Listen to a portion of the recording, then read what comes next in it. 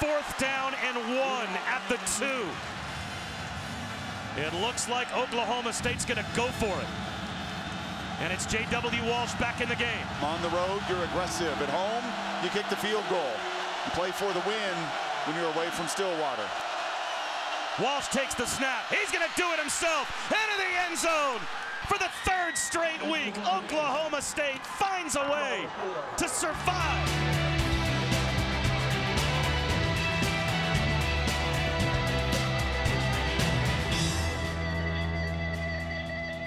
Welcome to the Cowboy Football Roundup with Oklahoma State head coach Mike Gundy. Oklahoma State is 6-0, ranked in the top 15 in America. And Coach Gundy, the last 3 games have gone to the end. What is it about this team that allows it to have success in close games? I think our experience and our assistant coaches are very important. We've been in close games. They're very good at staying composed. They don't lose their head. They think things through. They're calm on the sideline. They're able to get the players to the bench, make adjustments, give them that look in the eye that it's going to be okay. And I think that plays a big role in tight games. So I was really proud of our staff.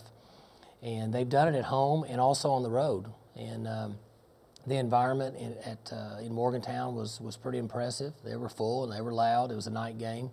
But our coaches have done a good job. And so I think our players react very well to them showing that confidence that everything's okay. Let's just go play the next play.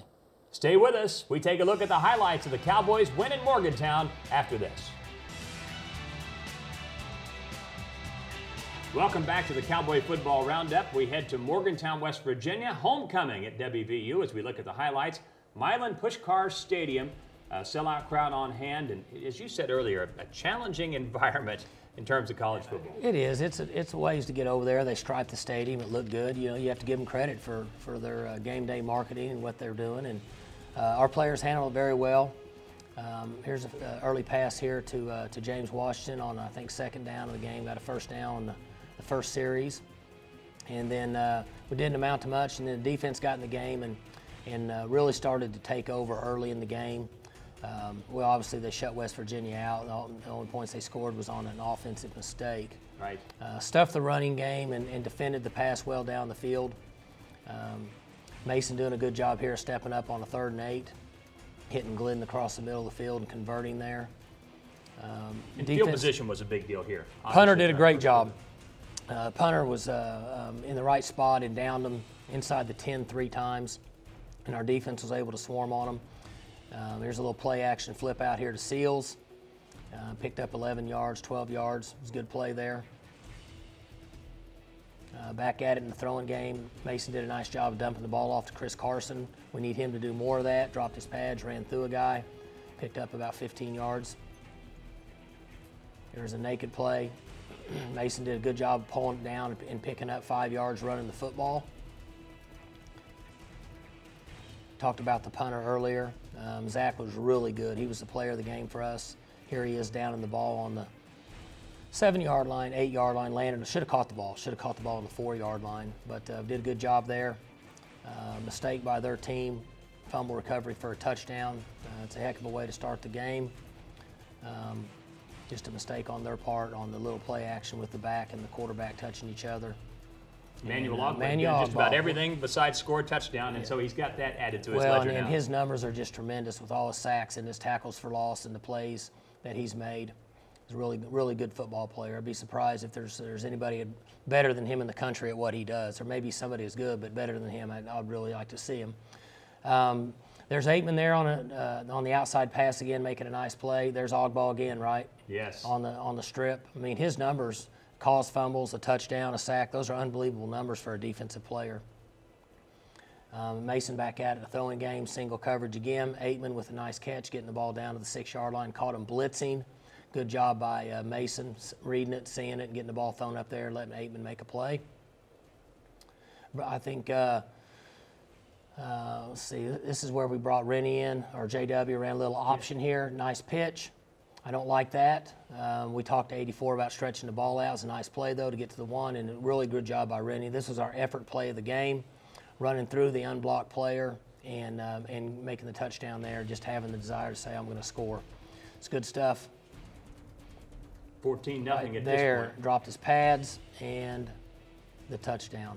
Good job there. 2 hands is okay to stretch it out. Defense is back at it again, stuff in the running game. The big play coming up here, Coach. Yeah, another big play. That was Ogball, right? Yes. Ogball again. And, you know, he just seems to be around all the time, and he's laying out here. Watch him dive.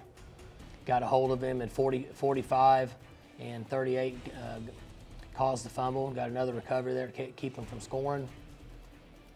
Back at it here on the wheel route with Glidden.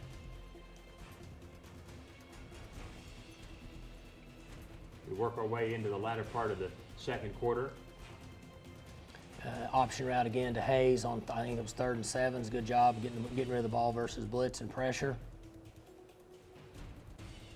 Nice job on the pop pass there from Mason to 47. He did a good job in the game for us on some of those plays. Good job, JW here, keeping the ball on 3rd down, getting it to within 1. We ended up going for the field goal there at that point in the game. We needed to take the points because of the score. It ended up making it essentially more than a 2-touchdown game.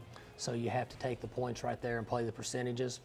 We come back, we take a look at the second half highlights and the overtime highlights on the Cowboy Football Roundup. Back on the Cowboy Football Roundup, let's take a look at the second half highlights of Oklahoma State's overtime win at West Virginia as we start on offense here early in the third quarter. Caught him in a little bit of blitz again, 5-man pressure. Mason did a great job here. They were in 2-man, and he's able to get a long run there. Great blocking downfield by number 3, and 40-yard run. Good job by Mason. He's done a good job in each game. We're coming up with a run or 2 to keep us alive. Nice job with Rennie running hard there. Rennie's got to get more carries. We've got to get him in the game more. When he's in there, he's running hard. Nice play pass here. Get the ball checked down to Glidden.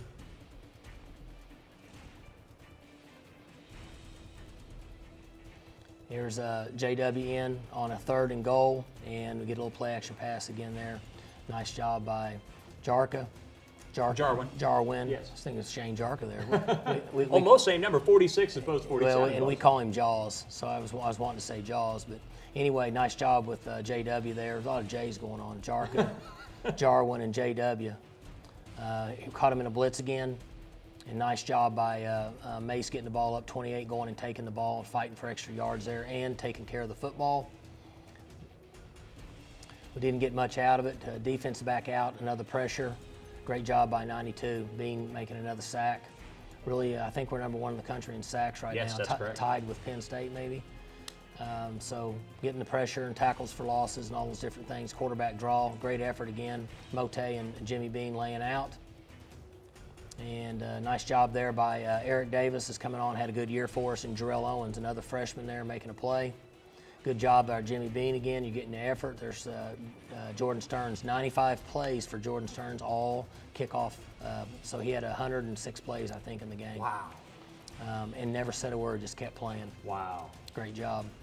Back out there and offensively, a little play pass. Good job here, Mason making a play, dumping the ball off to Rennie. And for a second there after this, I thought Rennie may come out and score. Did a great job, great effort. He's got to touch the ball more. We've got to find a way for him to get the football more.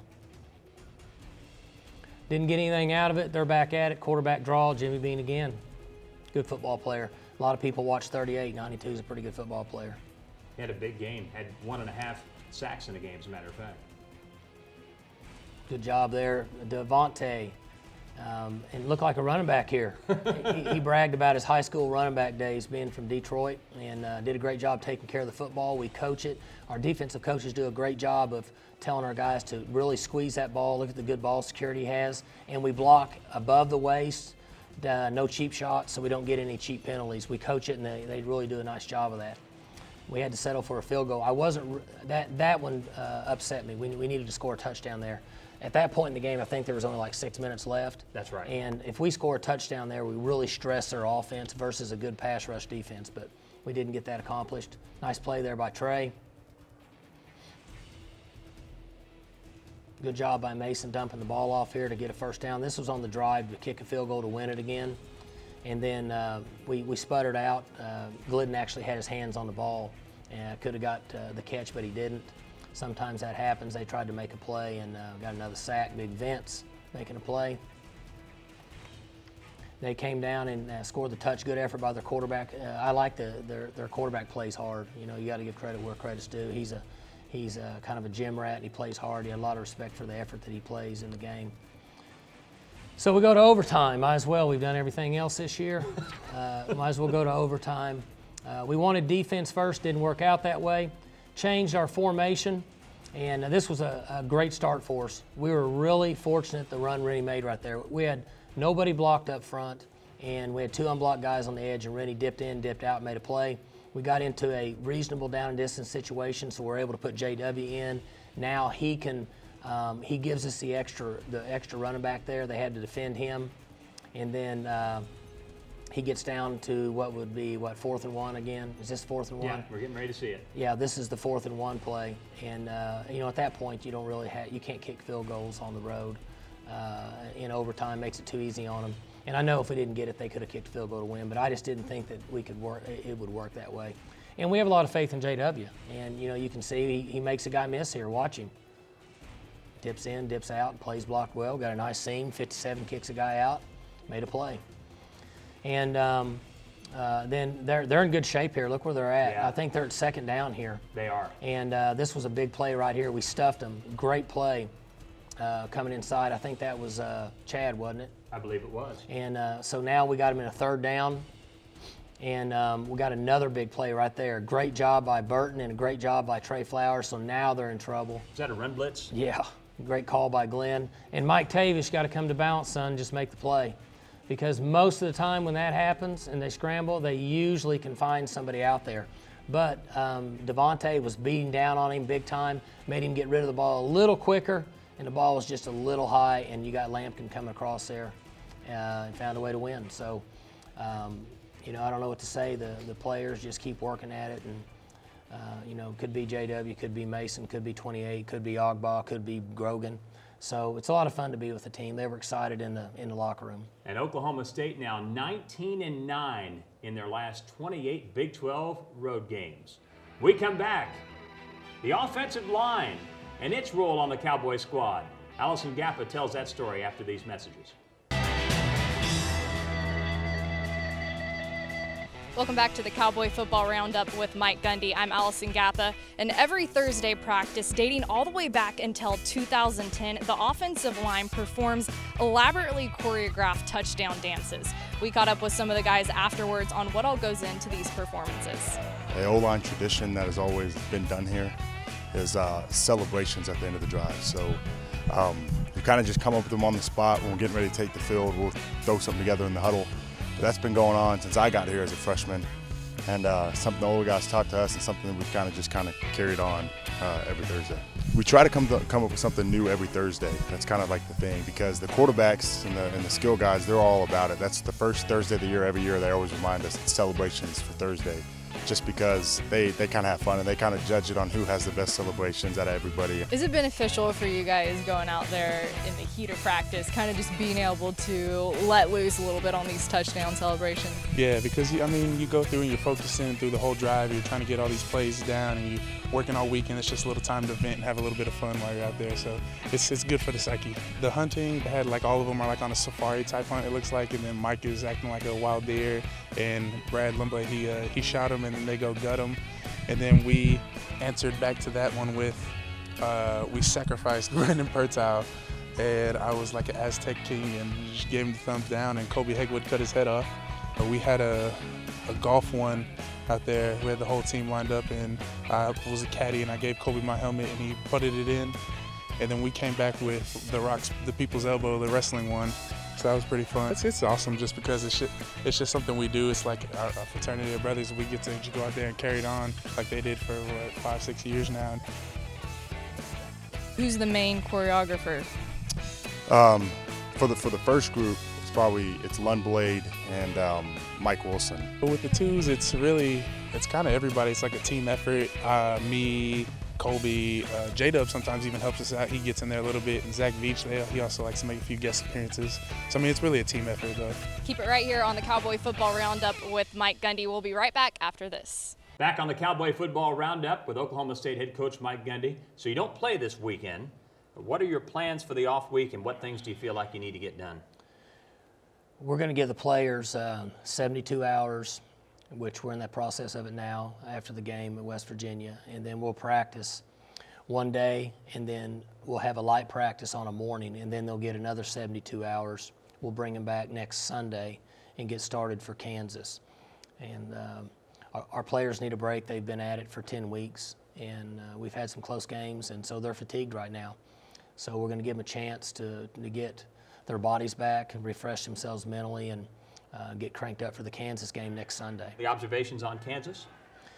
Well, I haven't really started to watch them yet. I know that, you know, up to this point, they're having a tougher year than they would want. They're playing some young players. I know that I think they're down to playing a freshman quarterback. The other two guys have been hurt. But as you see watching college football each weekend, if for any second you think you don't have to prepare for opponent, then you can get surprised. And so our players, our coaches need to handle this game the right way. We need to prepare, put our time in, put our effort, have our schemes ready in all three phases, down in distances, field locations, get it with the players. We got to practice well, and we need to play a good football game. And we shouldn't look at it any other way. That's how we need to approach the Kansas game. For head coach Mike Gundy and Allison Gappa, I'm Dave Hunziker. Thanks for watching. We'll see you next week.